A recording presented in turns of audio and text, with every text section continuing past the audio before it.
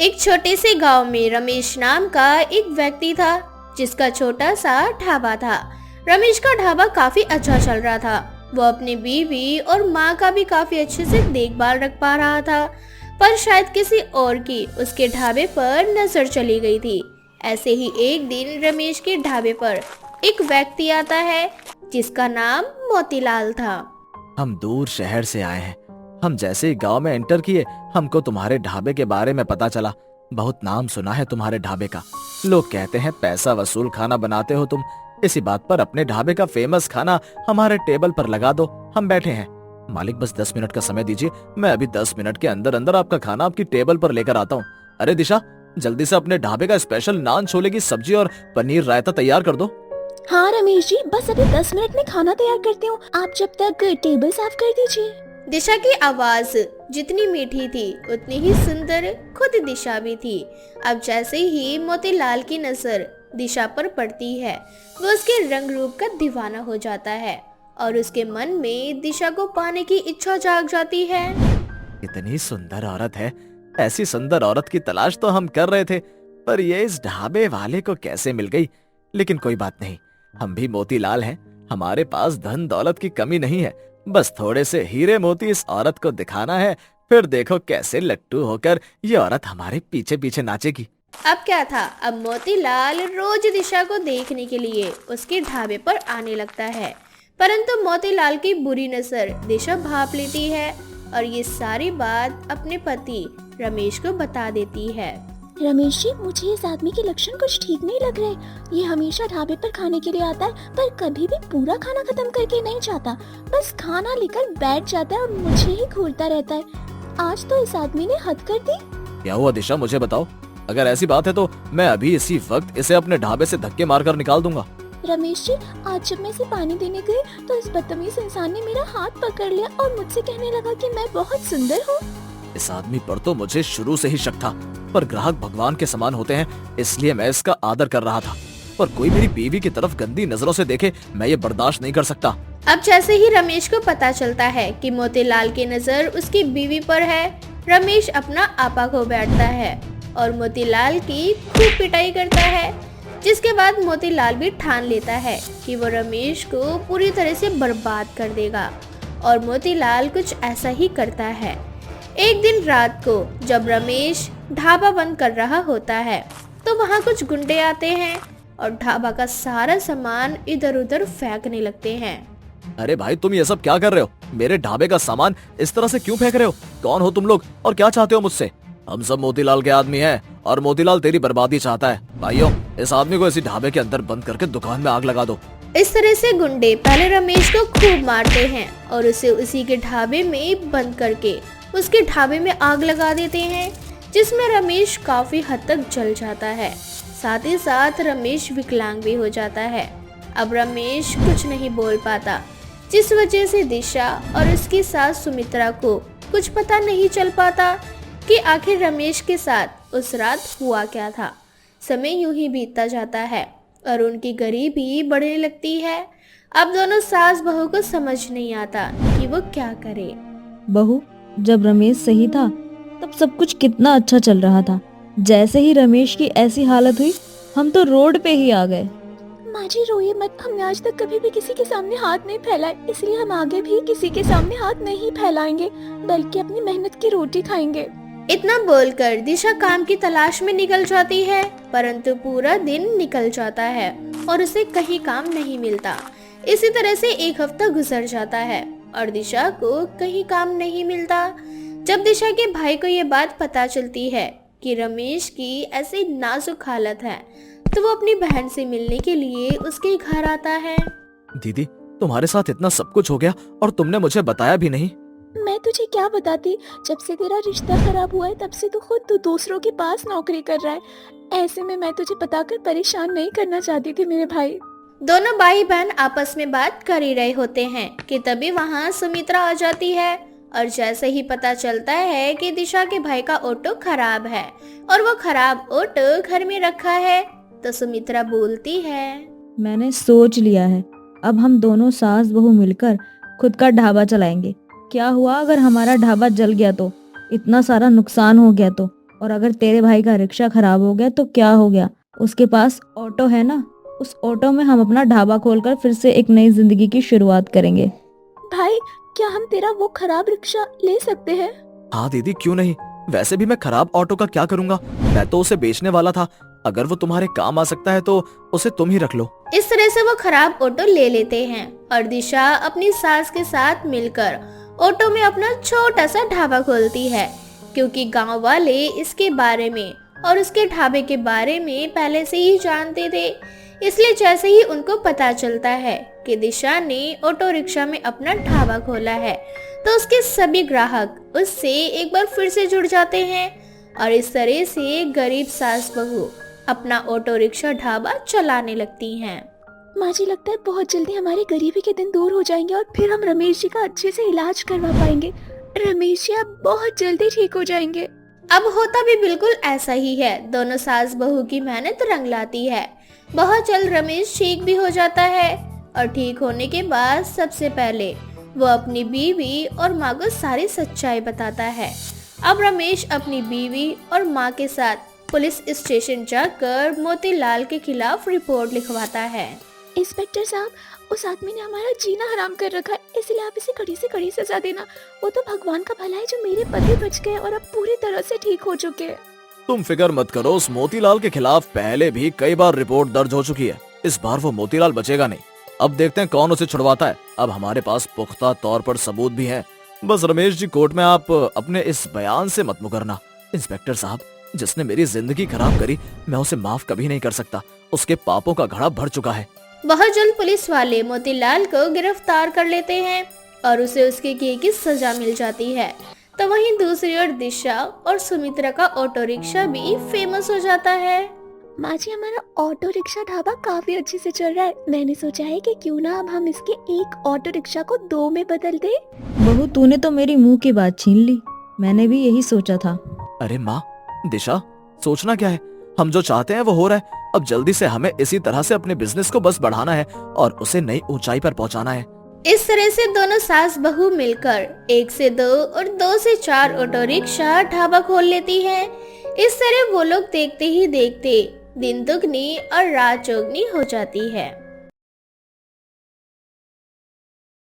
विलासपुर नाम के एक छोटे से गांव में गुड़िया नाम की एक लड़की अपने माता पिता के साथ रहती थी। अभी गुड़िया की उम्र सिर्फ 14 साल थी। गुड़िया अपने माता पिता की लाडली बेटी थी। ऐसे ही एक दिन, गुड़िया बेटा, जल्दी उठो, स्कूल जाने के लिए देरी हो रही है। पिताजी, आज मेरा स्कूल जाने का मन नहीं कर रहा। गुड़िया बेटा, स्कूल नहीं जाओगी, पढ़ाई नहीं करोगी तो एक दिन बड़ी अफसर कैसे बनोगी? और तुम्हें तो अभी खूब पढ़ना लिखना है, तभी तो तुम मेरे सपनों को पूरा करोगी। बताओ, तुम्हें अपने पिता के सपने पूरे करने हैं या नहीं? करने हैं ना पिताजी। तो फिर चलो, जल्दी से उठ जाओ। इस तरह से गुड़िया के पिता गुड़िया को स्कूल के लिए मना लेते हैं और जब वो गुड़िया को स्कूल छोड़कर आ रहे होते हैं तो वो देखते हैं कि एक छोटी सी बच्ची का बाल विवाह हो रहा है।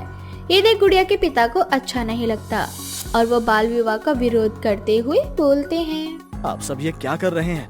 बाल विवाह कानूनी जुर्म है और आप इस छोटी सी बच्ची का बाल विवाह करवा रहे हैं। अरे, इस बच्ची की उम्र अभी केवल 12-13 वर्ष होगी और इतनी कम उम्र में आप इस बच्ची का विवाह करवा रहे हैं। अरे भाई साहब, आप कौन होते हैं बोलने वाले? और वैसे भी मैं अपनी बहू का अच्छा भला बुरा सब जानती हूँ। मेरे बेटे की मौत के बाद लोगों की बुरी नजर मेरी बहू पे है, इसीलिए मेरी बहू के लिए अच्छा यही होगा कि मैं इसकी दूसरी शादी करवा दूं, ताकि इन हैवानों की नजर मेरी बहू से दूर रह सके। क्या? इसका मतलब इस बच्ची का पहले भी बाल विवाह हो चुका है? हाँ, और यही मेरी बहू है। देखिए बहन जी, आप पहले ही एक गलती कर चुकी हैं। छोटी सी उम्र में अपने बेटे की शादी इस लड़की से करवाकर, और आप अब ये दूसरी बार गलती करने जा रही हैं, अपनी बहू का बाल विवाह करवाकर। अरे, आप अपनी बहू को अपनी बेटी की तरह रख सकती हैं, दुनिया वाले की नजरों से बचाकर इसे पढ़ा लिखा सकती हैं। लेकिन भाई साहब, मेरे अलावा मेरी बहू का इस दुनिया में कोई नहीं है। शादी से पहले इसके माता पिता चल बसे और शादी के बाद मेरा बेटा। अब तो मेरे पास भी बहुत कम जिंदगी बची है। कुछ ही दिनों में अगर मैं यहाँ से चली गई तो मेरी बहू का क्या होगा?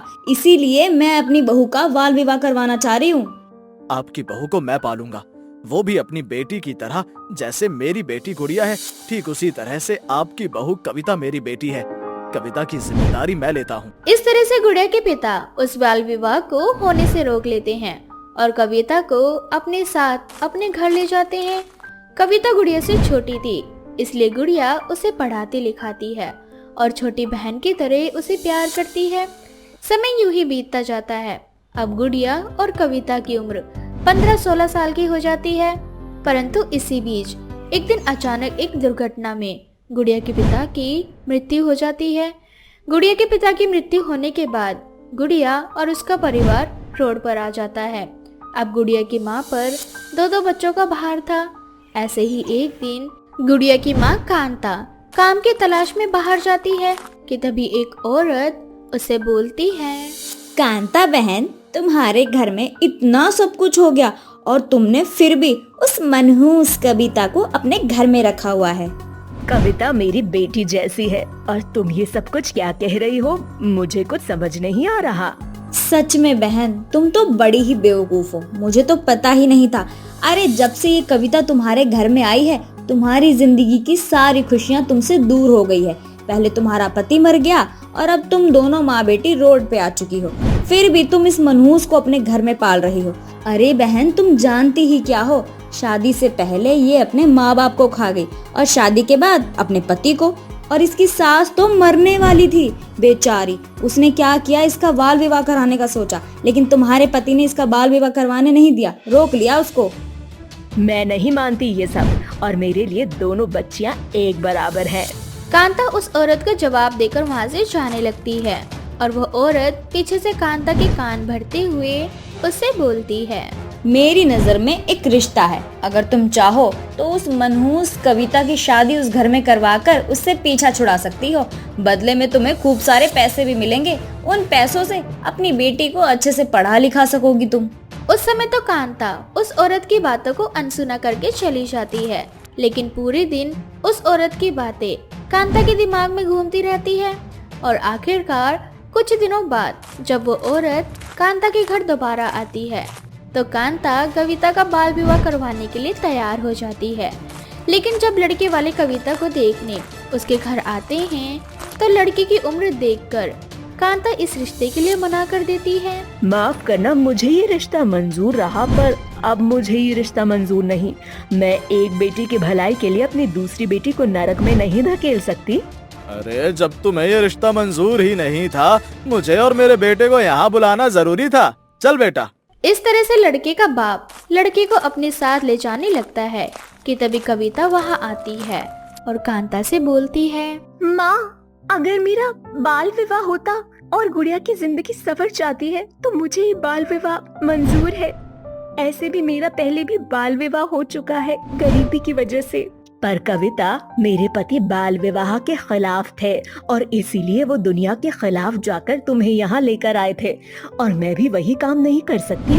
मैं मानती हूँ कि कुछ देर के लिए मैं लालची और स्वार्थी हो गई थी, पर मैं अपनी बेटी की खुशियों के लिए तुम्हारी खुशियों का गला नहीं घोट सकती। आपने और पिताजी ने मेरे लिए बहुत कुछ किया है और आप मुझे बेटी मानती है ना, तो क्या अपनी बेटी का कहा नहीं मानोगी माँ? कविता के आगे कांता मजबूर हो जाती है और कविता का बाल विवाह उस आदमी से करवा देती है।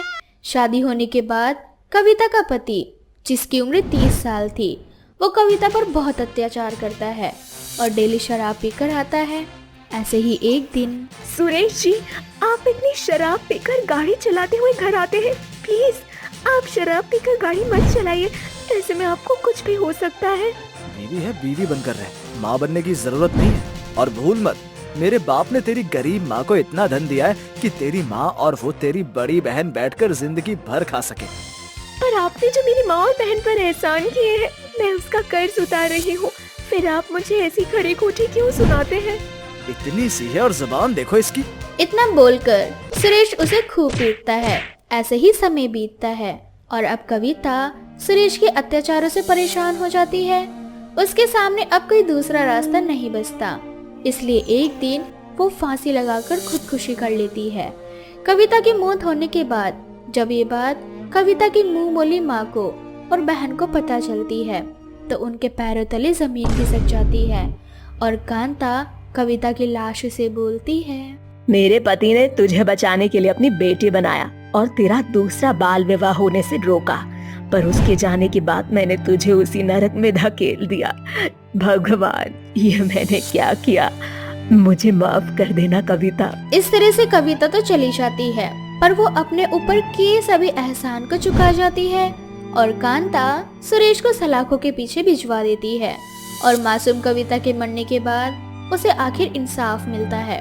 तो वहीं दूसरी ओर कुछ सालों बाद गुड़िया बड़ी हो जाती है और एक लॉयर बनती है, जो अपने पिता का सपना पूरा करती है और बाल विवाह जैसे कानूनी अपराध को रोकती है। जादुई 3 नागिन बहनें। माया नगरी नाम के एक जंगल में 3 जादुई नागिन बहन शेषा, बेला और शिवन्या एक साथ रहा करती थी। तीनों नागिन बहनें एक दूसरे से बेहद प्यार किया करती थी। ऐसे ही एक दिन बेला, शिवन्या, तुम दोनों का कभी भी मानव लोक जाने का मन नहीं करता क्या? तुम दोनों नहीं देखना चाहती कि इंसान कैसे रहते हैं, आखिर किस तरह से बोलते हैं, किस तरह से हंसते हैं? हमेशा माता पिता हमें बस यही कहते आए हैं कि मानव अच्छे नहीं होते।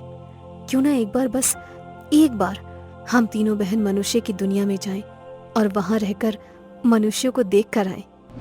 मन तो मेरा भी बहुत करता है कि मैं भी एक बार मनुष्य की दुनिया में जाऊं और वहां के लोगों के साथ रहूं, परंतु डर लगता है अगर माता पिता को पता चल गया तो ये कि वो लोग हमें घर से धक्के मार के निकाल देंगे, साथ ही साथ नागिन लोग से भी।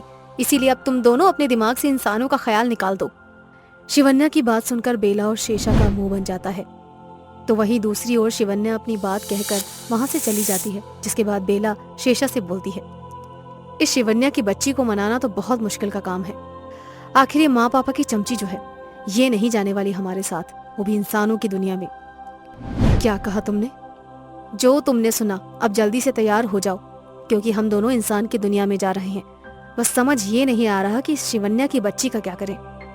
बेला, तुम शायद कुछ भूल रही हो कि हम तीनों ही बहन जादुई नागिन हैं।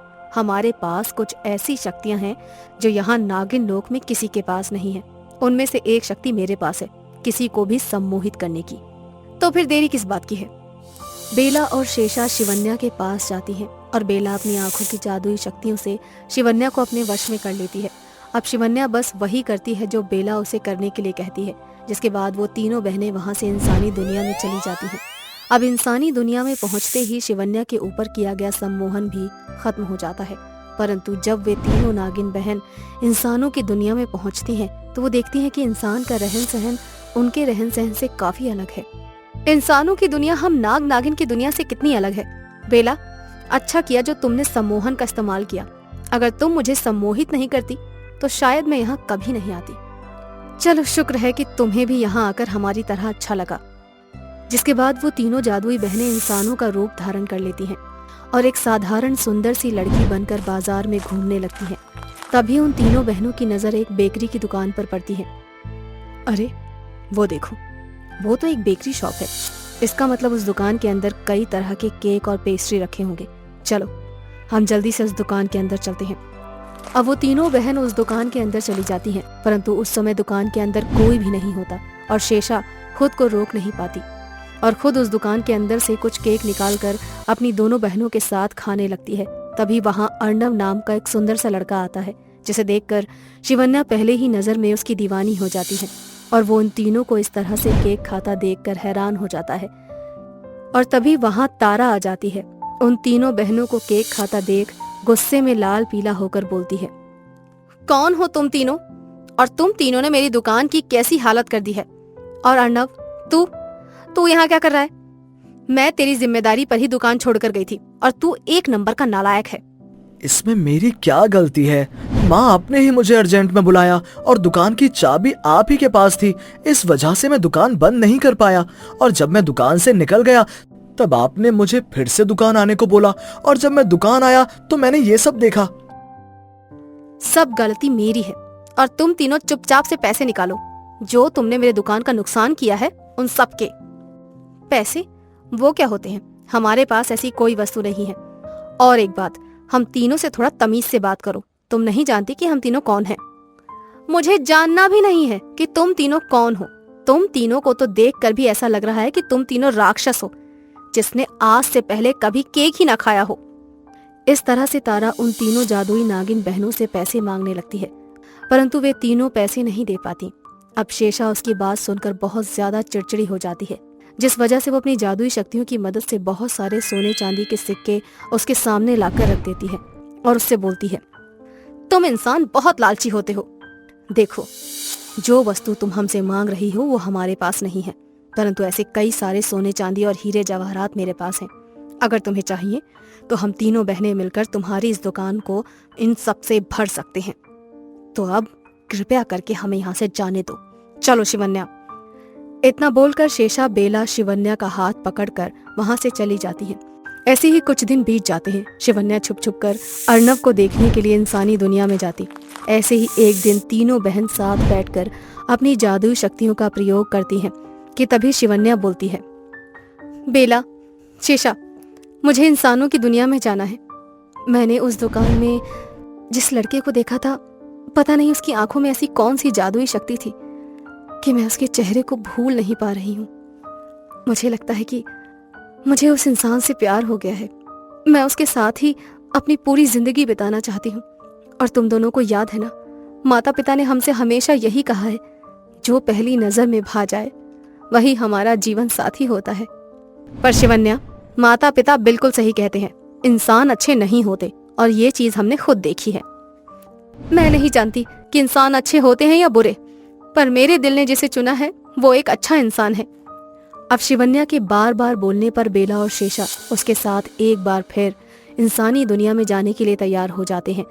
और कुछ देर बाद वो तीनों नागिन बहन अपना नागिन रूप बदलकर इंसानी रूप में आ जाती हैं और उसी दुकान में वापस जाती हैं, जहां शेषा तारा से शिवन्या और अर्णव के रिश्ते की बात करती है, परंतु तारा इस रिश्ते से मना कर देती है। और गुस्से में आकर शेषा अपना नागिन रूप धारण कर लेती है और डराते हुए तारा से बोलती है, देख ले बुढ़िया, हम तीनों नागिन हैं, वो भी जादुई नागिन। अगर तूने इस रिश्ते के लिए हाँ नहीं किया तो मैं तुझे और तेरे बेटे को हमेशा के लिए भगवान के पास पहुंचा दूंगी। मुझे ये रिश्ता मंजूर है, पर अब मुझे छोड़ दो। मेरा बेटा यहाँ नहीं है। एक बार मैं अपने बेटे को यहाँ बुला लेती हूँ, तो हम उसकी मर्जी से ही पूछ लेते हैं। आखिर मेरे बेटे को भी तो तुम्हारी बहन से शादी करनी होगी ना। अब तारा के बोलने पर शेषा उसे छोड़ देती है और कुछ देर बाद तारा अपने साथ कुछ सपेरों को लेकर आती है और वो सपेरा बीन बजाने लगता है, जिस वजह से तीनों नागिन कमजोर पड़ जाती हैं। परंतु तभी अर्णव वहां पर आ जाता है और उस सपेरे को मार कर भगा देता है, जिसके बाद अर्णव अपनी माँ से बोलता है, माँ, आप ये क्या करने जा रही थी? हम इंसान हैं और हमारा काम है लोगों की मदद करना, और वैसे भी हम तो नागों की पूजा करते हैं। फिर आप सपेरे के हाथों इन नागिनों को कैसे पकड़वा सकती हैं? और रही शिवन्या से शादी करने की बात, तो मुझे ये रिश्ता मंजूर है, क्योंकि अकेली शिवन्या ही मुझे प्यार नहीं करती। मैं भी शिवन्या से बहुत प्यार करता हूँ। मैंने जब उस दिन पहली बार उसे दुकान में देखा था, बस उसी वक्त मैं अपना दिल शिवन्या को दे बैठा था। अर्णव की बातें सुनकर तारा भी मान जाती है, जिसके बाद अर्णव, तारा उन तीनों जादुई नागिन बहनों के साथ नागलोक जाती है और वहां शिवन्या के माता पिता से उसका हाथ मांगती है। जब सारी घटना के बारे में शिवन्या के माता पिता को पता चलता है, तो वो लोग भी इस रिश्ते के लिए मना नहीं करते और शिवन्या की शादी अर्णव से करा देते हैं, जिसके बाद शिवन्या इंसानों की दुनिया में आकर अपने पति के साथ एक खुशहाल जिंदगी जीने लगती है। तो वहीं दूसरी ओर बेला भी अपनी जादुई शक्तियों से जब चाहे तब नागलोक से इंसान लोक में आकर अपनी बहन से मिल लेती है।